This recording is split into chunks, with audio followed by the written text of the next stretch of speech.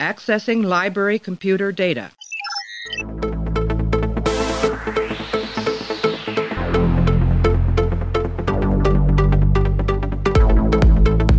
And to make sure that history never forgets the name Enterprise. Hey everybody, welcome to the Pensky File. We're here continuing our Let's Watch of Star Trek The Next Generation. This time we're up to episode 2 of season 2. It's called Where Silence Has Lease. This one was directed by Weinrich Colby. It was written by Jack B. Sowards, and it aired back on November 28th, 1988. Weinrich Colby, a little note, is he would also direct the series finale of the show. All good things. So he's a director who sticks around for a little while. I'm fairly sure about that. This is the episode where the Enterprise becomes enveloped by a void in space and the crew are tested by a powerful alien presence. That's right, it's the return of another godlike being. This one's called Nagilum, and he is here to torture our heroes for a few minutes. We're going to be joined by Modi Operandus to talk about this one, and we will get to discussing it right after this. The exercise is over!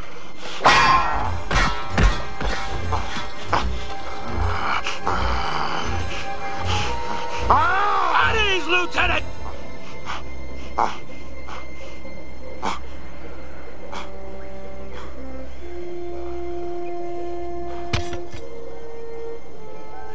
Exit holodeck.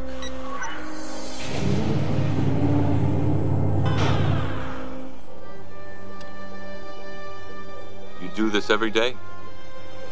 No, Commander. Usually my calisthenics are more intense. Those sessions are too personal to be shared. I'll bet they are.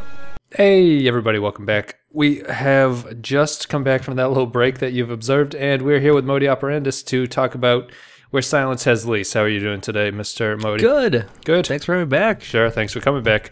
We're doing a late night podcast here, or at least, different. somewhat. It's not a early Sunday morning or anything. But I just finished watching Where Silence Has Lease. I think you said you had watched it a day or two ago. And then I watched it again, just because. Oh, just absolutely on top of this one.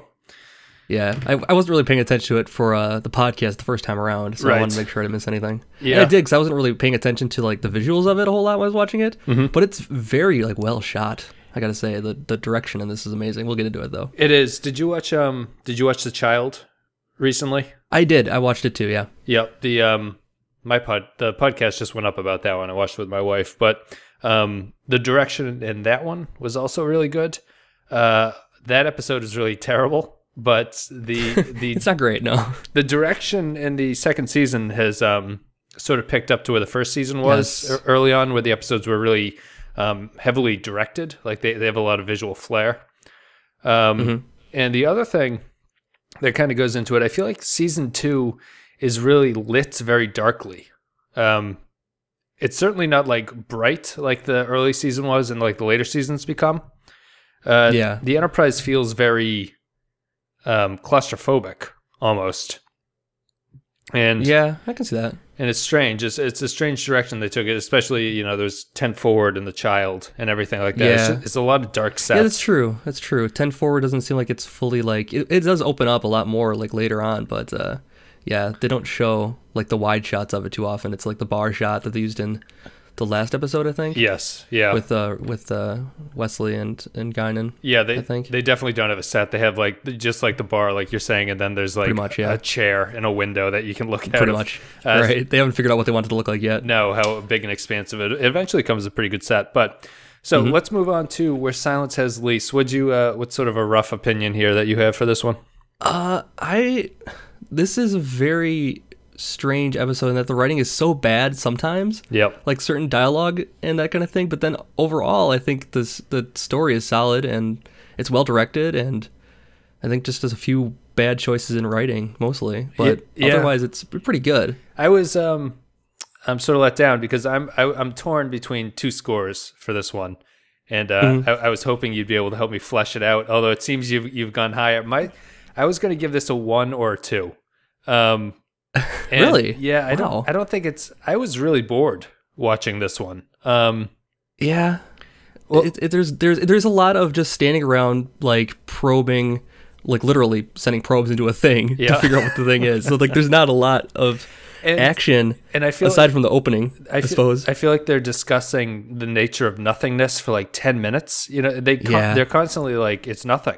Like he's like checking the He's like, it's still nothing. That first act is not great as far as describing nothing. And the quintessential thing is when Data's like, it's a hole in space, and then Wesley's like, it's like nothing, and Data's like, yeah, it's nothing, and then Picard's like, I don't see anything. It's like, yeah, I don't. And that was a weird scene too, where they're like, he's like, I don't see. They're like, it's on the screen, and Picard's like, I don't see anything. I don't see anything. And he goes, no, that's what we mean. Yeah, he goes, oh, zoom in here, and then it just appears. It's like, why the fuck didn't you zoom in the first place instead of just doing this nothingness? Right. So, I mean, I wrote down there were two sort of good things that I took away from this. I don't want to harp on it too nastily. I don't think this is like a truly atrocious one. Like, it's not like The Child, which is sort of actively bad. I just thought for like my major note here before I get to the good stuff is just that for an episode that's harping on emptiness and like nothing, I felt like the plot was empty of anything that I'm supposed to be interested in. But I mean, so it starts off with one of my favorite parts of the thing, where I do love when Ryker and Worf are together.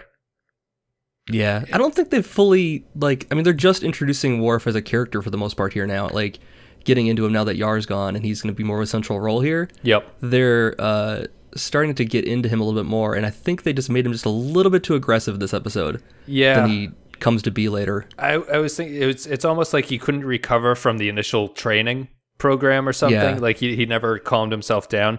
But exactly, yeah. I think this is actually, I don't know if I discussed with you, this is the way he was originally written. He was supposed to be sort of this like hyper emotional regular Klingon. Yeah. And they toned him down because of the makeup issues. Michael Dorn couldn't act angry. Right, yeah, I think you did mention that. Yeah, the makeup wouldn't hold up in the first season. So I think they've improved on that process. But now it seems out of the blue. He's never done this before. You know, all of Picard's flying off the handle in season 1 is transferred onto Worf now. Yeah, basically. Worf's just gonna, and then I mean, he's absorbing all of Picard's emotion. Worf's losing his mind, and he's also this is the first time he sort of overreacts with like a military suggestion. That's true too.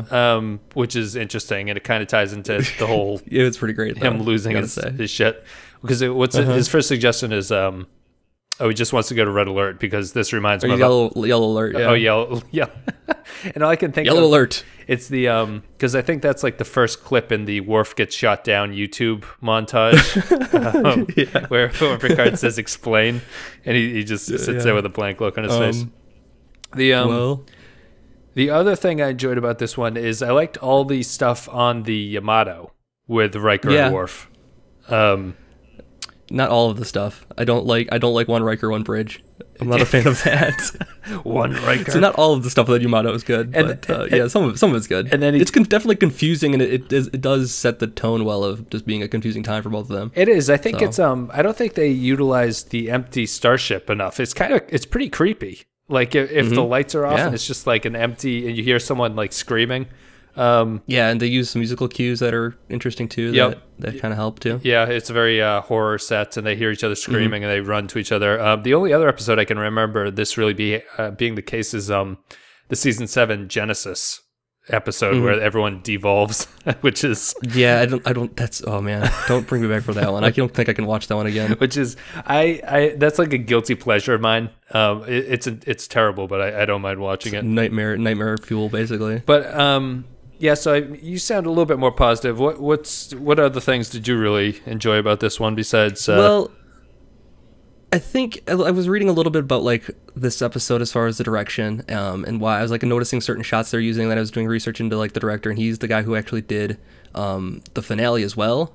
Yes, so he was the director for that, and he was commenting how it's very difficult to shoot this particular episode because there's nothing going on. Oh, really? So he's doing a lot of sweeping shots, and he's doing a lot of close-ups, and he's doing a lot of like he's like they're just sitting on the bridge, and it's very, very boring. This is like the longest 5 days I've ever had. Yeah, is what he said basically. Oh, really? I was I was thinking as I was watching it, is this a bottle episode? Are they trying to save money? Because it almost is. They really just sit on the bridge, and even when they're on the Yamato's bridge, it's the Enterprise's bridge. You know? Exactly. Yeah, this is one of the cheaper episodes as far as everything involved. The special effects don't look very good. No, that's. I wanted to talk to you about that too. On the there's a subreddit that I post all this stuff to that's like currently doing a watch of The Next Generation. Yeah, sure, I've seen it. And someone there had mentioned I noticed it in The Child, but I didn't feel strongly enough to be like, maybe I'm right or wrong about this. But someone else mentioned, does anyone else think that the starships in season 2 look like bad 90s CG, where they kind of looked okay in season 1? And it's true. It's like he took still screenshots of season 1 and 2, and the ship looks much worse in season 2. It looks like a like early 90s PC game where you'd have like a CG rendered thing just flying across the screen. And I feel that's the case. That's the case here, with the Yamato, which is just the Enterprise, which is just a way to save money, and everything just looking kind of clunky, and then just shooting all on one set, to the point where Pulaski comes to the bridge for no fucking reason whatsoever. We'll come to you instead of you going to us. We don't need to change the scenery at all in this episode. The whole entire episode takes place on the bridge. Yeah, like the entire episode. Yeah, except for the one time when they go to activate the self-destruct, I suppose. Yes, and Picard, the weird Picard quarter thing, which is another quarters thing. Yeah, I think that's really it. The rest of it is basically bridge work. There's the conference room or whatever, the observation deck or whatever. Yeah, that one area they meet in. But aside from that, that's the only like four sets that they used in this. Yeah, with a million a lot of crafty camera work though. Yeah, basically that's what I liked about it. I liked the different kind of shots. They did a lot of like foreground background stuff of they did like a close up of like Riker's hand twitching. Yes, when he was like in the blackness, like it focused back to Picard and focused back to Riker, that kind of thing. His hands twitching like a Western, like when they're about to draw their pistols or whatever. So I mean, it's the same with The Child. Like Rob Bowman directed The Child, and the direction has been really great in these first couple shows. But the scripts are bad. They're still in the writer's strike, I think, at this point, so they can't really write things. Yes, this is the first one after the writer's strike. The first original episode after the writer's strike is what I read here. Oh, this one is? So this one is, only The Child. Huh. Because The Child was based on a previous thing. Phase 2 script that they repurposed because they were in the midst of the strike. But, I mean, because if you hadn't told me that, I would say this script felt like a first draft. Like, first draft scripts, that, especially in the first season, always feel like there's not enough conflict. And they're just like padding out these scenes to, make the show last 45 minutes. Because it's just, so the villain of this show really doesn't appear until we're like 70% of the way into the show. Pretty much. And his name is Nagilum. And he is, I think the main thing that I'm getting worn out with, just because I've been watching these in a row, is the show relies way too much on these godlike beings. And there's like, a lot of gods out there, a lot of them. And it gets so tiring at a certain point because they all want to test humanity. We still have no idea what you represent. Data. Nagila. You are a different construction than the others. Interesting. Picard. Riker. Geordi. Haskell. What are you? Your construction also differs.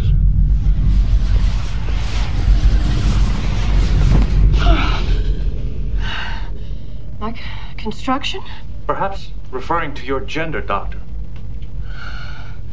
Yes, well, there are minor differences. I'm what we call a female. I understand. The masculine and the feminine. It is the way in which we propagate our species. Please demonstrate how this is accomplished. Not likely. Yeah, and it's like a common trope, yes. Yeah, and at least, Q kind of gets away with it because Q has like a characterization, like he's an actual person. Right. This Nagilum thing is just the stereotypical put a big face in the sky, have it talk funny, and have it not understand what death is, even though it's claimed to have encountered other species, so it can't be that foreign of a concept you know? And he seemed to have get it pretty well. I mean, he killed that guy, no problem. So he gets the idea of it, no problem there. I do like the line of the the male female, how we procreate. And he's like, let me see this. Yeah, that was kind of funny. Show this to me. But he kills the red shirt. And then he goes, I need to do this to half your crew to also just sort of, finalize what my thoughts are about this. No big deal. So, I mean, I don't know what your thoughts are. I'm just tired of the godlike beings. There's way too many of those godlike beings in the show. And as you said, there is the common theme of, we're going to test humanity. Here, it's more of a scientist angle. With Q, it's almost like he's playing with toy soldiers or something like that, though. Yes. Yeah. The way he tests them. Yep. Whereas here, he's actually you see like the scientific process here of, okay, let's see what they react to this stimuli and this stimuli. Yeah. Whereas Q is, again, just kind of playing with them mostly. Right. Q would make his presence known so that they would know it's him doing something. And this Nagilum is more just being annoying by opening the door and then shutting it when they try to get out, and right. Yeah. Making the whatever other minor like annoying things he does. You go over and you get confused about, like, disoriented about what part of the ship you're in or something. You have comms now. No, you don't have comms anymore. Now you have comms again. Yes. Enjoy that kind of thing. Yeah. And it also before that, something that made me laugh was the when they drop the beacon, when they're first in this space and they're trying to figure out that no matter where you go, you can't really get anywhere. They drop that beacon. And they're like, go forward, and the sound fades away, and then they come back into it, and it's so like they don't know what's going on, right? It's so obvious that the audio was added in post and it wasn't part of the script. Oh yeah, that's a good point. Because that's a good point. They must have acted it, and then when they saw it, they must have been like, oh, it's not clear to the audience what's happening. No. Because it literally goes... Because otherwise, if you don't have the beep there, you're just sitting in silence for 5 seconds or whatever. So you have to have a beep there or something. Exactly, because they can't show it on the screen or something. But it's comical because it's a very distinctive, like, bing, bing, bing, and it fades away. And then it instantly comes back and goes bing, bing, and they're like, what's this? What the hell is that? Like, guys, seriously, you're right. We just dropped it 2 seconds ago. It's not that crazy. Yeah. And then, I appreciated the fact that Wesley gives up his con just to allow somebody to die, which is right. Yeah, it was really convenient for Wesley to not be there anymore when that guy got killed. It's like, man, it's so close. We got so close to see Wesley die here. It's he's going to die because he's not Wesley. He's wearing a red shirt, and these little like snappy ensigns who give like shit back to Picard. You're dead. Yeah, you're doomed. You're dead right. immediately. If you have a name, especially because it adds the ethos to it, you're gonna die for sure. I was laughing at that because when Nagilum is like Data, Picard, Riker, and then he names that guy. It knows that guy that no one said his name ever. and the actor actually looks surprised. He's like, "Oh shit! Like, I have a name? Am I going to be a part of this?" He's like, "My SAG fee is going up now. I got a name." He's like, "Maybe I'll be a recurring character." Oh, I'm dead. It's over for me. So I mean, I thought it's just bored. I just so bored by this one. Boring. I can understand that. For sure. I'm leaning towards it being more of a 2 because it's not terrifically offensive, and the show is actually really starting to feel like the Next Generation. Yes. Yeah. There's the way I like that about it. That this episode is this is a different kind of episode in that there isn't a battle that needs to be fought or anything like that. It's kind of just It is an exploration mission originally because he's like, oh, let's go explore this thing. Right. Because we're out here to explore things. So let's actually go do our mission statement at the beginning of the show says we're going to do. Yep. And go find this mystery thing and figure out what it is. And then he gives up on it because he gets bored or it's not working out for him, so he just decides to leave. But aside from that, he started off really good. No, he definitely did. It's just such a strange... I've been sort of looking at like I'll get into this afterwards. I just wanted to wrap up with... So what did you feel of the resolution for this episode? And by resolution, I mean everything post the auto-destruct sequence. Okay, so they had so after the auto-destruct sequence you're talking about, we'll start he's with meeting with him again. Well, we'll start with the little they have the conference room meeting where everyone decides that they're going to blow up the ship, and then Picard and Riker go do that. Yep, and then they kind of have fake Data and fake Troy try to convince him it's a bad idea. Yes. And I mean, Picard's death thing was kind of a nice little speech. Yep. I did find it weird that I like that. It's weird at this point that he's narrowed it down to what seems to be a Christian afterlife or nothing. You know, after he's seen, like, because I'm sure the other aliens must have different ideas about what happens when you die. But he's like, no, you go to a garden paradise called Eden, and that's pretty much it. Other people say nothing happens, and that's also acceptable. His is more of an agnostic stance of, you know what, I've seen enough things out there to know that there's probably more to this than anything else. Than one thing. Was his final stance. Yeah. It's like, there's enough weirdness out here that anything could be possible kind of thing. I think overall, I don't know if I accept that he would blow up the ship. Under the circumstances, I think there is only one decision. I will not stand by while half my crew is slaughtered. Sir, I do not believe there is anything you can do to prevent it. Yes, there is. What? Destroy the Enterprise.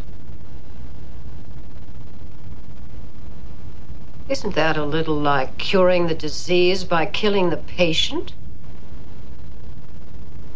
It's better than standing around helplessly. Why do I get the feeling that this was not the time to join this ship? It seems like he comes to this... It could have been a bluff. They kind of comment that at the end that it was a good bluff he did. Right. And Riker's like, was it? Was it indeed? I mean, Data's like, I don't know. Do you think it was a bluff? I think that he was serious. I think he was seriously going to do it. I think he was serious as well. And it seems super. It's like it just seemed really fast to get to that point. Like they pull the nuclear option immediately, kind of thing. I mean, you could tell. Okay, we're getting along in the episode. Time to end this thing. Like, we're not going to try anything else except for just ritual suicide here, basically. This alien will kill one guy. He'll threaten more of us, and instead of allowing that to happen, I'm just going to kill everybody. And even Worf is like, this is within acceptable parameters, is losing half the crew. Yeah. Like, okay, that's my logic argument. It's like, well, if half of us can survive, I'd rather keep half of us alive. Yeah, that doesn't make any sense. And then when they're setting the auto-destruct, I thought their conversation about how long they should give was so bizarre. Recognize Picard, Jean-Luc. Recognize Ryker, William T. Initiate auto-destruct sequence. Does Ryker, William T. concur? I do. Initiate auto-destruct sequence. Desired time interval. Stand by. Interesting question. How long to prepare to die? What would be least painful for our crew? Move to it quickly or allow them time to prepare for it thoroughly? Hell, 20 minutes. Nice round figure.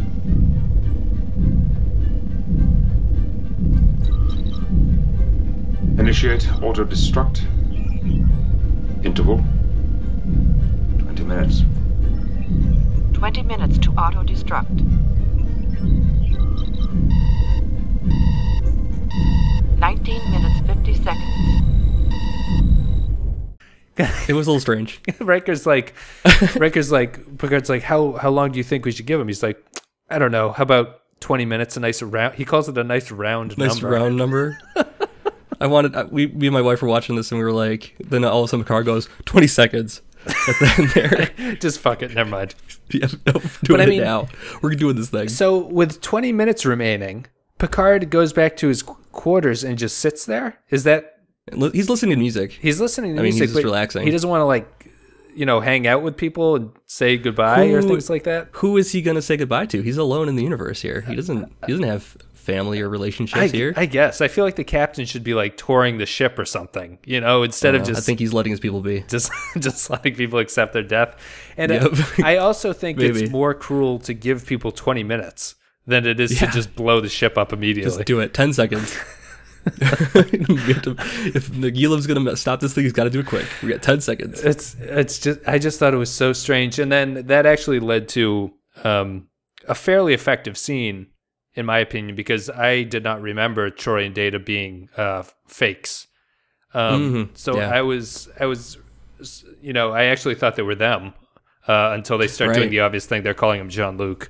But before that, I was it was kind of all right. I thought it was fine. I thought it was a strange way to end. If you were going to end your life with this ship, that this is what Picard chooses to do. It just seems maybe that's relax, nitpicky, but listen to some jazz or something, whatever he's listening to there. Yeah, or at least classical music, I think it was. Give us like a montage, like a character building montage. Show us what everyone's doing in their last moments. Right? Yeah. I mean, it's not going to end that way because, like, I mean, obviously standard, TV kind of like it's not going to end, but like, right. What's everybody else doing? Like, how are they preparing for the end here? Right. I don't know. That would actually kind of be a cool concept for an episode. Yeah. If oh yeah, that would be a whole episode. Right. If you said like, well, 30 minutes to auto destruct, and then the episode just played out about how people would react, like what they would do. It'd be kind of a cool thing to do. That'd be a good episode. I would watch that. I'd watch that indeed. Yeah, but I'd watch that. Better than this one probably. Maybe. This. So just to wrap it up,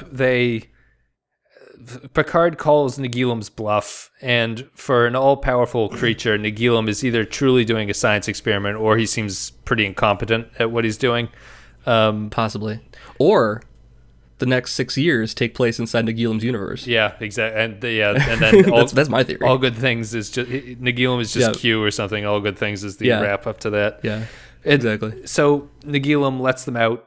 They warp off. There's the thing that we were laughing about that they avoided in the 11001001 thing where they didn't let the timer get down to 0. That's true. They do in this episode let the timer get down to 0, and then Riker gives about 30 seconds worth of yes please shut the thing off. Yeah, that's pretty fun. And then Picard goes into his ready room. Nagilum appears on his computer, which again makes Picard no knows sense. he's there still too. Yes. Picard just starts talking to him like he's already there and knows he's there. Yeah, he's looking out the window, and he's there. And just the final thing of the plot not making sense. Nagilum's like, "You're a hostile race. You're vicious. You're violent. Everything." It's like, dude, you just tried to fucking kill everybody. Yeah, you're the one. No, we didn't kill anybody here. You're the one being crazy. You're the one being a dick. Like you can't judge us. And I don't know if the show expects us to think humans are bad. Humans have not seemed to be bad whatsoever. No. Yeah, no. Humans are generally painted the modern context of the show. Modern humans are evolved, that they're kind of peaceful, but anytime they reference the old 21st century humans, they're all like Neanderthals and that kind of thing. They do. It's just what did they get? What impression did they give Nagilum that they were hostile? They were going to blow themselves up. Maybe he's viewing Worf as a human. Oh, as a human. He doesn't know the difference. Yeah. I also thought, why did he didn't identify Worf as being unique, which he should have. And he's the same. And why did he just choose Pulaski to have a vagina instead of Troy, who was standing right next to Picard? And because Troy would have to do a little more acting, probably. They didn't want to have to put her through it. Maybe she did an even worse spin pirouette than Pulaski did. Yeah, and they tried it. Yeah, exactly. We got to do that over. So that's pretty much the end of it. But I did want to get a couple of your thoughts so far about the second season. Where do you stand on Dr. Pulaski in this episode and sort of overall? I in general don't like her because she's first of all, she's mean to Data, and she doesn't she has such contempt for Data. I don't understand how she could be a scientist, but she just has such contempt for a new type of species kind of thing. Yep. Just because he's artificial intelligence doesn't mean he's not alive. In this episode, she refers to him as an it. Yeah. So condescending. Does it take commands? Does it do what I told it to do? He's doing exactly what she told him to do, and she is like, why won't he do it? It's like, bitch, he's doing. They push it over the top for her. They push it over the top. I mean, I get that they're trying to set up that she doesn't get it, but they push the contempt for him way over the top. They do. I just don't like it. Increase by 1,000, Mr. Data. By 10,000.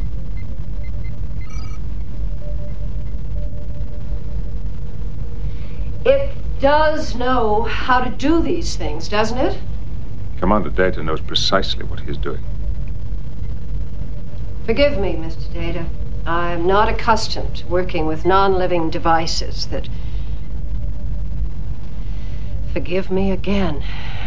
Your service record says that you are alive. I must accept that. now. I don't think her scene with him this time, in The Child, they have she calls him the wrong name and sort of refuses to call him the correct name. Yeah. She calls him Data or whatever. Yeah, Data. And he's flabbergasted that he has a opinion about his name. Yes, and she sarcastically and scans he's like him. takes it in stride. I like how Data just always isn't flustered by her at all. Like just takes it in stride. He's like used to it. That's the weird thing. It's like it's weird. They're obviously trying with Pulaski to get a McCoy thing going. Yeah, I would say that's accurate. Yeah, that's 100% what they're trying to do, and they're also trying to make Data the Spock, because they both are just sort of unemotional, logical things. So they're trying to have this interaction. The problem is, in the original series, Spock was always sort of amused by McCoy, and he gave it back at the same time. Right, that's true. In this one, he'd always had the one up on that, but Data does not fight back Data at all. Does not fight back. Like, oh, I don't know. He just takes it. So Pulaski's a bully.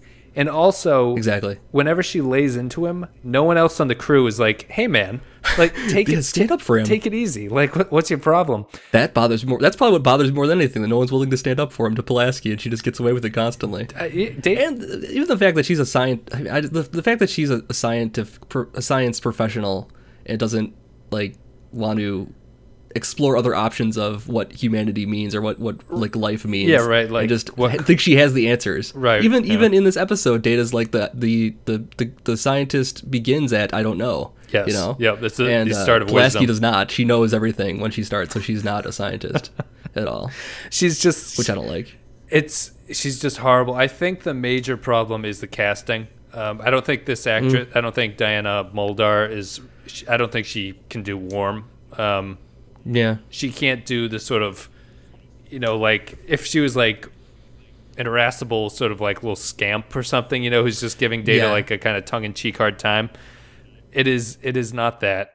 She's just her horrible. manner does not come off like lovable, like it never comes off. The contempt that she has never comes off as like gentle ribbing or anything like that, or just trying to get his goat or something like that, or just trying to run a little test on him. It always comes off of just pure like you do not matter. Exactly. Contempt for him. Yeah, and I think you could take those script lines and play them off sort of friendly. Yeah. Differently, yeah. But she does not do that, and honestly, she has no point in this episode. She just comes onto the bridge, and Troy disappears for some reason. I noticed, and then that's true. Troy comes for a long back. period there. It's just I don't know. It's just garbage. Pulaski's a pretty horrible character, and I thought this episode was pretty weak overall in general. The writing is not there. I will give it some points for trying some different things with directing. Yep. And the cinematography they used.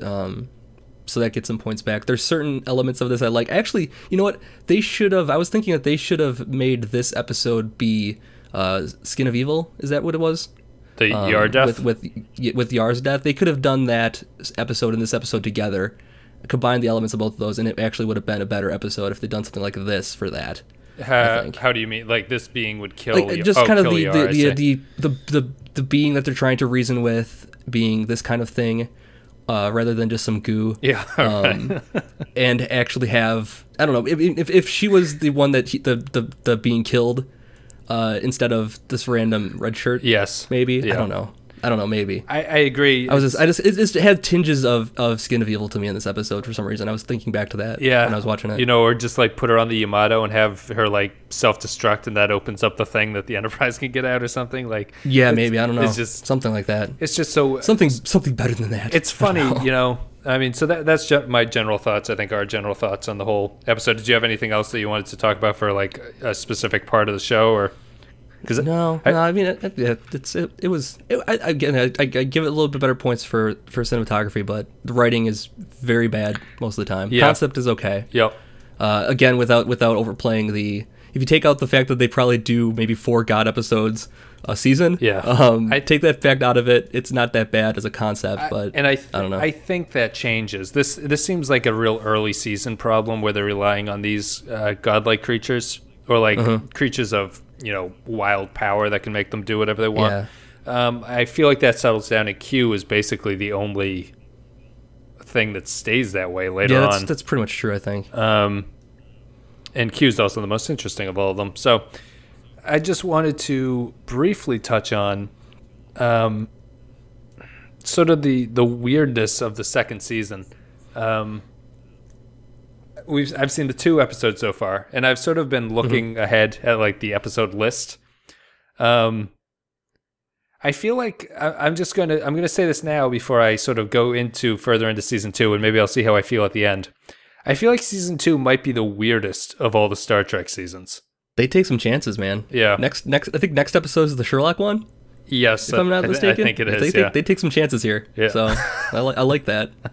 No, it's good, and it's definitely starting to feel like Next Generation. I'm worried because this season might screw up my rating thing, because season 1 came out to a 1.8, and there are less episodes in season 2, and there are some real clunkers. Just thinking ahead to Shades of Grey is obviously going to get a 1 because it's a pile of shit. The Child is a 1.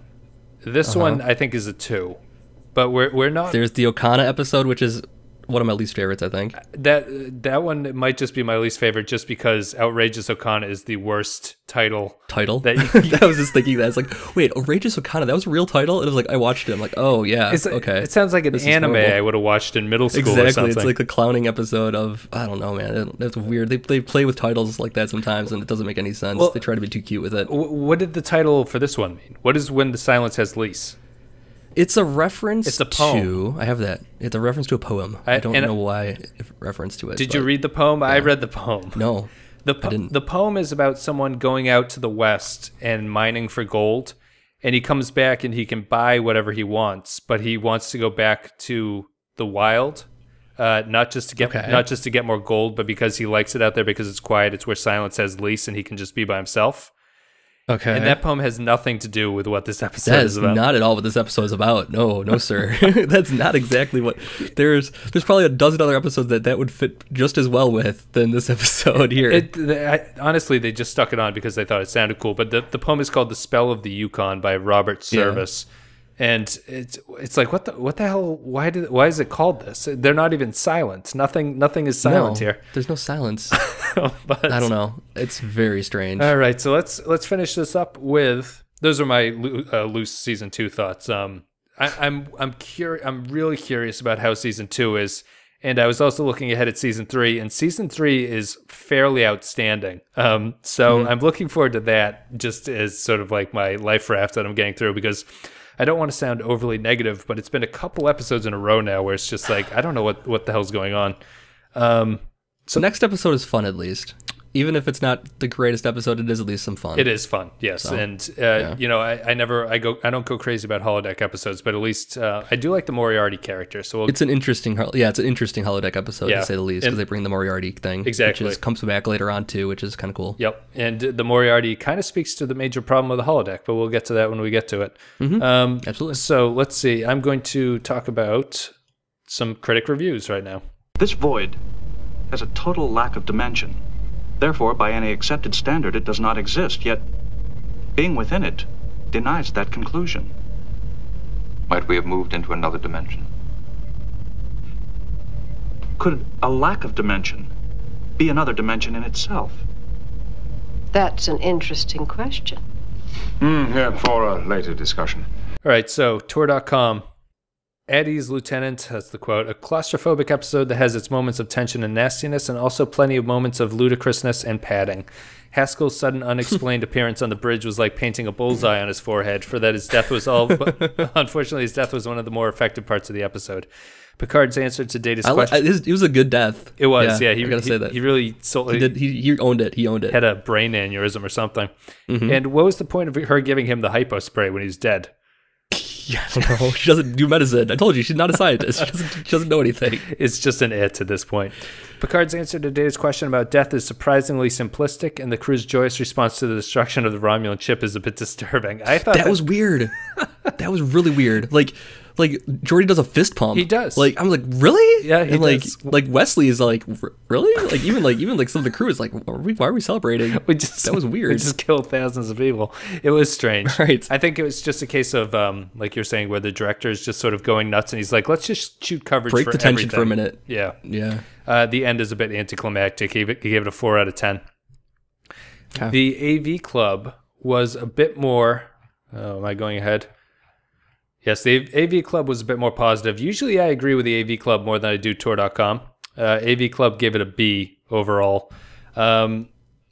It says the conversation Picard has with the godlike being in his ready room afterwards is a little bit too much like every other godlike being conversation, but really Picard's maneuvering is thrilling enough that the episode ends on a relative high note. It's not amazing. Haskell's death gets forgotten almost immediately, and the whole experimenting on humans trope is becoming really tired by now. Yep. That's that, and then what is it? X Astris Scientia. Some of the subreddit people had asked for this. They gave it a 4 out of 10 as well. Okay. Is there anything here that they want? They were just kind of interested in Worf losing control as much as he does, and just saying that in Deep Space Nine he actually will become much more composed, and later Star Trek, later Next Generation he will. They thought Nagilum comes across as a disappointment. He's a self-righteous alien that turns the crew into guinea pigs only to confirm his superiority, and it's nothing new that the series has seen. No. That's pretty much it. Yeah, those are those reviews. I'll give it a 2 out of 5. I think you've talked me into it being slightly better, and now I'm looking at my notes and feeling okay with it. I'm gonna give it 1 Riker, 1 Bridge. 1 Riker. I'll give it like a 2. Like I'll give it a 3. I'll go 3 on it. 3, really? Okay, yeah. I mean, that's not surprising. I think you could talk into it. It's got the pieces. I just feel like something was missing. Yeah, it's got, like I said, the direction does a lot for me here. Yep. Because it is taking some chances and doing some different things with a generally boring script. Yeah. They're trying to make it as fun as possible. And you know, when Worf loses his shit on the bridge, the fake bridge, couldn't they have him smash something and instead of trying to open the doors? Yeah. The doors. That little... It'd be too expensive to break the bridge like that, though. We'd have to actually fix the set and then have to have a reshoot that on this. You know, we can't do that. Or at least have him throw Geordi through the door or something, just to something. They did that before. We can do it again. Come on, it'll work so well. That's it, guys. That's where Silence has Lease. I'm sorry if I sound exasperated. I was watching this one and I wasn't digging it. And it's one of those that when I'm going through the Netflix or Amazon list, it's one I always skip over. You can skip this one. Yeah, you can safely skip this one. I just see Nagilum's face on like the little image that pops up, and God, like, that's what does it for me too. It reminds me of that Conan thing that he used to do, with the lips on the still image kind of thing. Oh, right. Where he would make like Arnold Schwarzenegger talk and stuff. Yeah, it reminds me of that a lot, actually. Yeah, they basically just took a human face, stretched out, and stuck they put MS Paint gray down the middle of it to make it look a little bit weirder. Not the best that this show has done. Where is... Oh, it's gone now. But, yeah, that's it. Thanks very much, Modi, for coming back on. Thank you. And you guys can check out his YouTube channel. I'll put a link in the description. Where Silence has Lease, I'm going to give it a 2 out of 5. Not the greatest thing. Modi gives it a 3 out of 5. And, you know, Season 2 is not off to really the great places I was hoping it was going to, but... It does have time to get on its feet, and there are some good episodes that will come up later. Elementary Dear Data is next. That'll be good. Q Who, very good. A bunch of other things coming on, too. So if you guys enjoyed the content, you can leave a like or a comment if you're watching on YouTube. If you enjoyed it, you're listening on iTunes, you can leave a rating or review. It's much appreciated. So thanks again, Modi. And thank you for having me back. Absolutely. You'll be back sometime. Pick an episode that you like and you can come back for it, because I think I feel like I'll let you know. I feel like I stick you with some of the weaker ones for whatever reason. Well, it's not tough for that to happen here. There's not a lot of chances for me to get a good one here. So 80%. Yeah, I know. Exactly. Luck of the draw. But thank you guys for listening, and I will be back very shortly with Elementary Dear Data. See you guys.